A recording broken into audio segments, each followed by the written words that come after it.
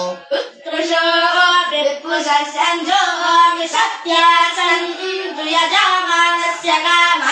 स्वाहा आप्यायतां ध्रुवा हविषा घृतेन यज्ञं प्रति देवयज्ञाः शौर्याय ऊर्ध्वो अनित्य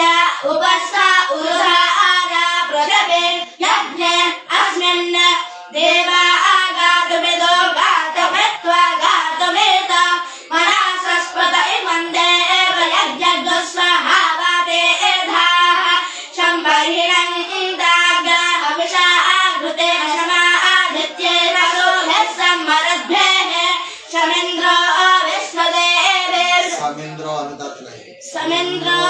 विश्वदेवे विरन्तां दभ्यन्नभो गच्छति स्वाहा कस्त्वाग्नं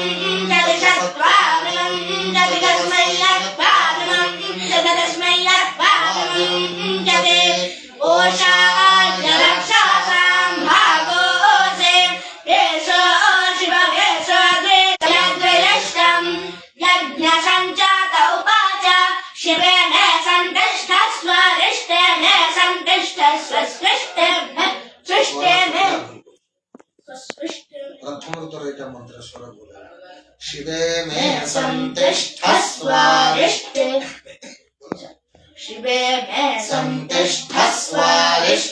में रिष्टे री क्षिप्राजी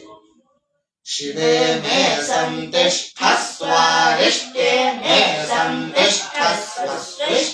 में पृथिव्यां विष्णुर्व्याप्रगुस्तरा पृथिव्यां विष्णुर्व्याप्रगुस्तरा